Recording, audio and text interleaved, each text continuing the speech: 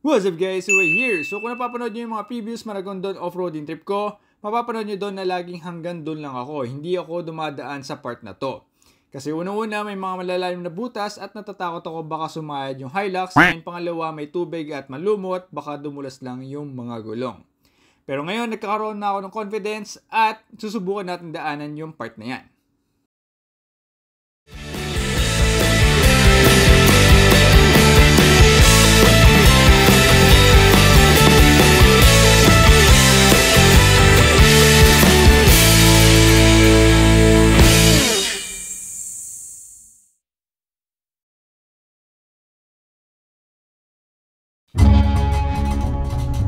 Alright, so downhill, naka H4 tayo ngayon.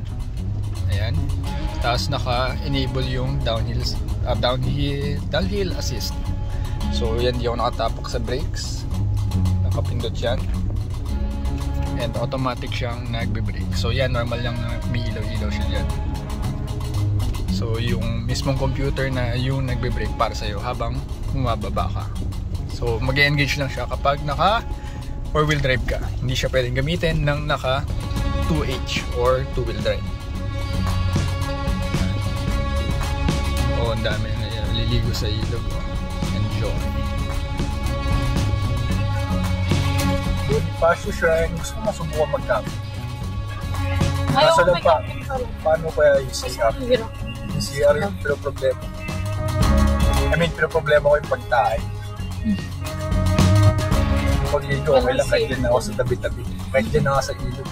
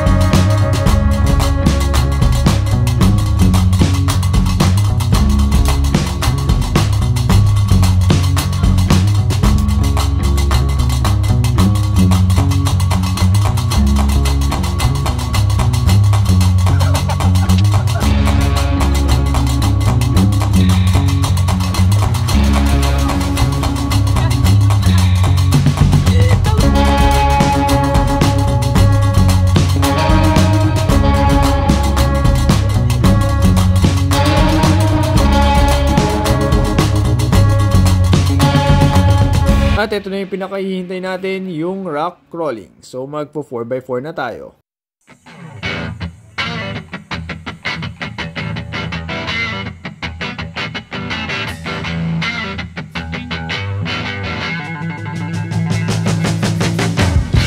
So yan, kung mapapansin nyo ang bagal ng pag-usad ko kasi slowly but surely making sure na walang tumatama. No? And yan, nakipag back and forth ako sa spotter ko, yung cameraman, making sure na walang tumatama sa ilalim, ano, kung may clearance pa.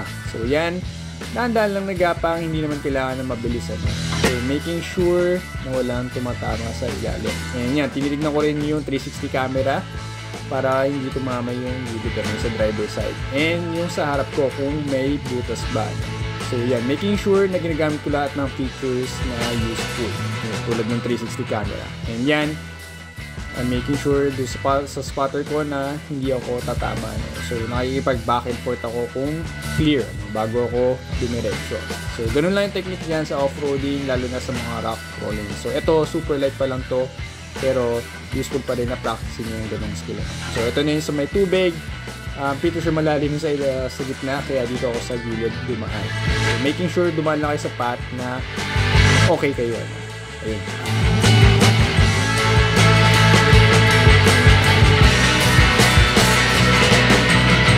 Alright, so nalagpasan ko na yung obstacle na yan. So yun lang, onting lakas lang ng loob. And of course, yung spotter mo para makita kung tatama ka sa mga bato doon. Ano. So far hindi naman siya tumama, walang sumayad sa ilalim. So dito lang ako sa gilid dumaan. Ayun. Na may mga naglagay naman ng bato doon sa kaliwang or kanan na side kasi malalim din yun before.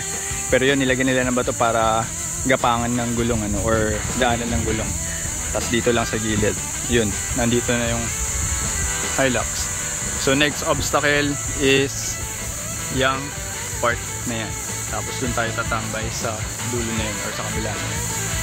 Yun, kinaya naman ng stock na Hilux, walang sumayad Tapos hindi pa ako nag-air doon actually, so naka 29 PSI pa rin yung mga gulong. And of course yan, naka all tenon tayo.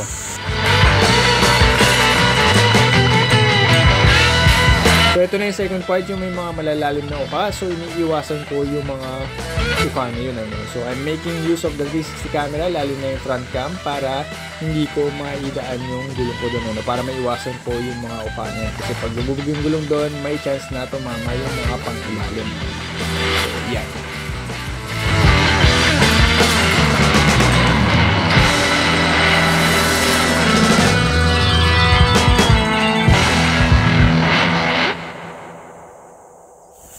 Alright, so nalagpasan ko na yung obstacle na yan, tsaka yung doon kanina, So may clearance pa naman.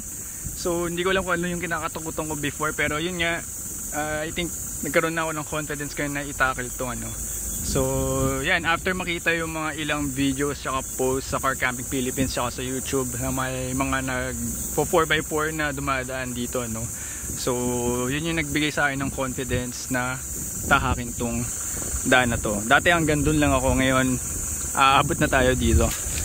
So ito yung magandang spot dito, tsaka yung doon pa sa paliko.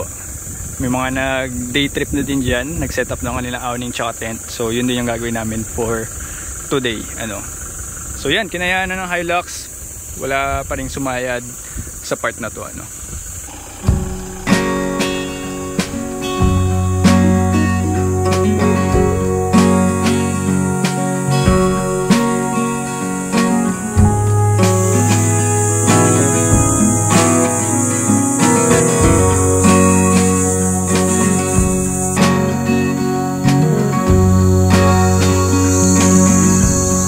Ito yung isang spot na magandang tambayan, medyo mabato nga lang pero may tubig siya dito, pero mas gusto namin doon na lang kami tatambay sa isa. Pero maganda rin tong spot na to kasi makita mo yung view doon, tapos yung view rin dito yan, and maluwag, hindi tulad doon na medyo masikip. Yan, solid yun, ganda, kinayaan ng Hilux.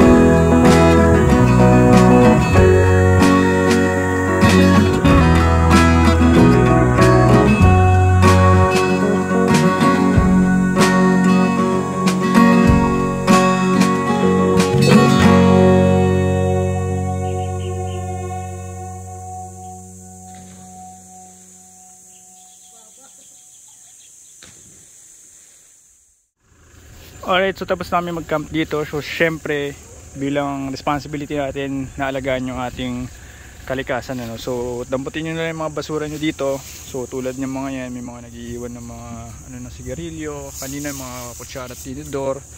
So since nag-camp kami sa area dito, pulutin na lang din namin para maganda pa rin yung ating kalikasan, para ma-enjoy pa rin natin yung lugar. So huwag tayo magkakalat, pulutin nyo na lang din yung mga basurang nakikita nyo sa paligid nyo, sa mga pinag-campingan nyo.